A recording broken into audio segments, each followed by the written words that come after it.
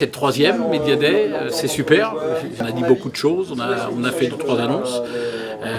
C'est très excitant, encore une fois. Première saison, alors pas que sur la Ligue Magnus, mais sur les la formule du championnat pour le hockey amateur et lui rendre les raids de noblesse et pour les championnats de structure dédiés à la haute performance. Donc on va voir comment ça va se passer. On n'a pas la science infuse, il y a des trucs qui vont marcher, des trucs qui vont bien marcher, moins bien marcher.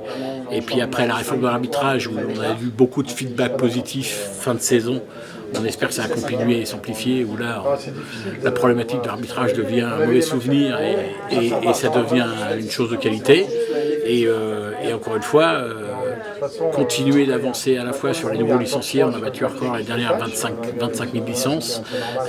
On espère continuer dans cette dynamique-là. Et sur la Ligue Magnus, la même excitation et le même engouement que l'année dernière, où on a eu des surprises incroyables et qui a fait des phases finales absolument extraordinaires, mais même dans les formules de championnat avec Marseille qu'on n'attendait pas là, venant au dernier moment de montée. Donc oui, il y a eu des belles histoires l'année dernière, on espère qu'on va en créer de nouvelles, mais encore une fois, c'est pour ça que je l'ai dit au début de mon intervention du Media Day, c'était de dire je pense que tout ça, ça ne peut pas se faire si tout le monde ne bosse pas ensemble dans l'intérêt général.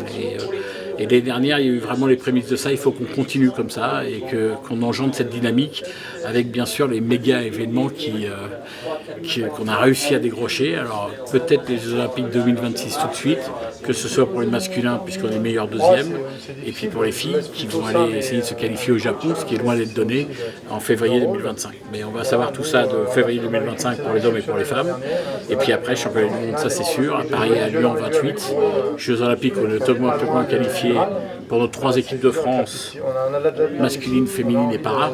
Donc oui, il y a c'est à la fois beaucoup de pression, mais c'est aussi très excitant.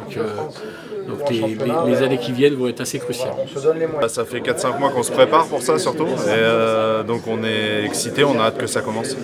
L'ambition, je pense, pour tous les joueurs, c'est la même, c'est faire du mieux possible et essayer de gagner à la fin. Après, c'est de prendre du plaisir, de construire un beau projet par équipe. Chez nous, je sais que c'est le projet, c'est d'essayer de construire quelque chose de bien et de voir où ça nous mène. Pour nous, c'est vraiment un très beau projet. Donc, on est déjà présent donc, dans les pays scandinaves, dans les pays baltiques, des pays en Europe. On avait vraiment à cœur en fait, de développer ça et d'accompagner la fédération française pour promouvoir le sport et puis pour vraiment développer tout ce qui est l'activité autour de ce sport. Donc, pour nous, c'était un petit peu naturel parce que chez Sportway, on l'a utilisé déjà ce mot, mais c'est un peu dans notre ADN, le hockey sur glace, quoi.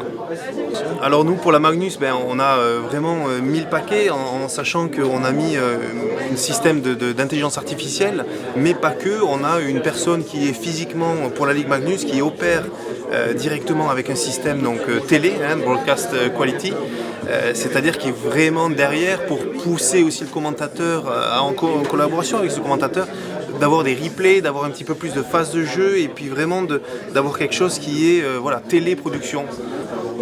En fait, c'est pour ça qu'on avait ouvert en fait la première partie gratuite.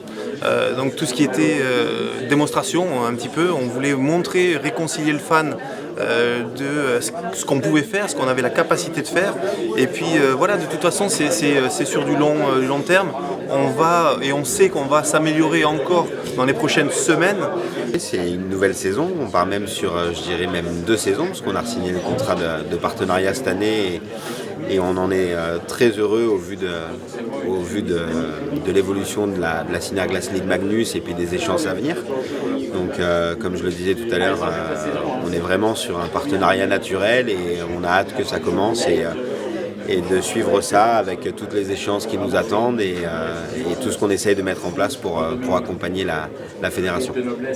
C'est important pour Synerglace et puis c'est clairement naturel. Voilà, on est vraiment dans notre cœur de métier et moi j'ai tendance à dire qui mieux que Synerglace peut représenter la Ligue au-delà des enjeux financiers en termes d'ADN. On est typiquement dans un partenariat qui est important à nos yeux et qui partage des valeurs communes.